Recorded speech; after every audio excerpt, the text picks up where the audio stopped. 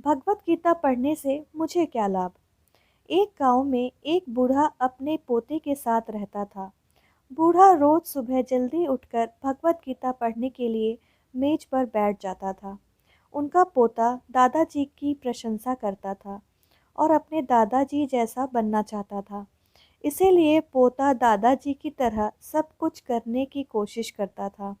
एक दिन पोता अपने दादाजी के पास गया और कहा, दादाजी, मैं आपकी तरह रोज़ मेज पर बैठकर भगवत गीता पढ़ता हूँ, लेकिन मैं इसे ज़्यादातर समझ नहीं पाता हूँ और जो कुछ भी मैं समझ पाता हूँ, किताबें बंद करने के साथ साथ मैं उसे भूल जाता हूँ। अगर मैं जो पढ़ता हूँ उसे भूल जाता हूँ, तो भगवत गीता पढ़ने से मुझे क्या लाभ होता है। तब दादाजी एक कोयले की टोकरी पकड़े हुए थे। वह पोते की तरफ देखे और उसे कोयले की टोकरी देते हुए कहा, नदी पर जाओ और मेरे लिए एक टोकरी पानी लेकर आओ। दादाजी ने जैसा कहा लड़के ने वैसा ही किया, लेकिन जैसे ही वह घर पहुंचा, टोकरी का सारा पानी निकल जाता। दादाजी ने मुस्कुराते हुए कहा, वापस पानी लेने के लिए नदी में जाओ और फिर से कोशिश करो, लेकिन इस बार थोड़ा तेज़ चलने की कोशिश करना। लड़का मान गया और इस बार नदी से पानी लेकर जल्दी घर पहुंचने के लिए तेज़ भागा। लेकिन इस बार भी घर आने के बाद दादाजी ने देखा तो टोकरी खाली थी।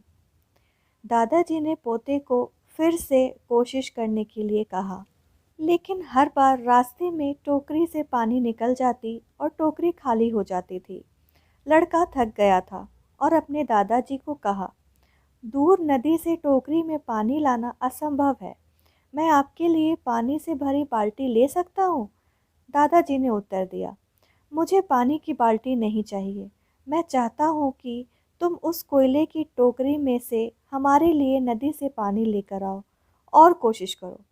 लड़का जानता था कि यह असंभव है, लेकिन उसने अपने दादाजी की बात मानी और फिर से कोशिश की।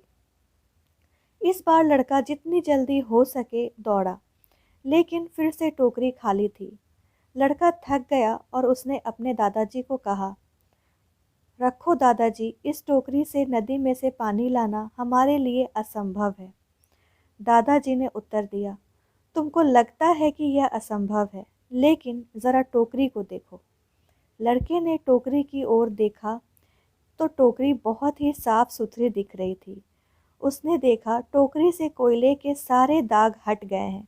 अब कोयले की टोकरी अंदर और बाहर से साफ हो गया है।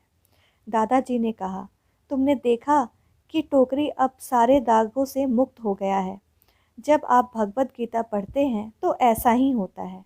तुम जो पढ़ते हो उसे तुम समझ या याद नहीं रख सकते, लेकिन ये शब्द तुमको अंदर और बाहर से बिल्कुल बदल देगा। दोस्तों, अगर आपको ये छोटी सी स्टोरी पसंद आई हो तो वीडियो को एक लाइक कर सकते हैं। चैनल पे अगर नए आए हैं तो सब्सक्राइब भी कर सकते हैं ऐसे ही इंटरेस्टिंग स्टोरीज़ के लिए। Thank you for watching.